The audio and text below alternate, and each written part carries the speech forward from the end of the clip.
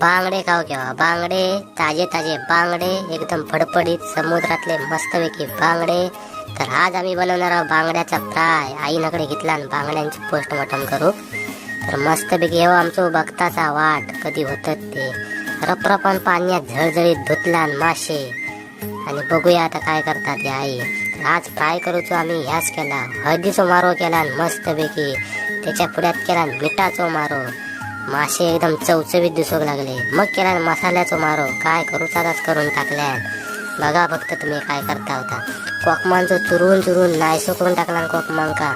त्यांचा पाणी पाडला चांगला.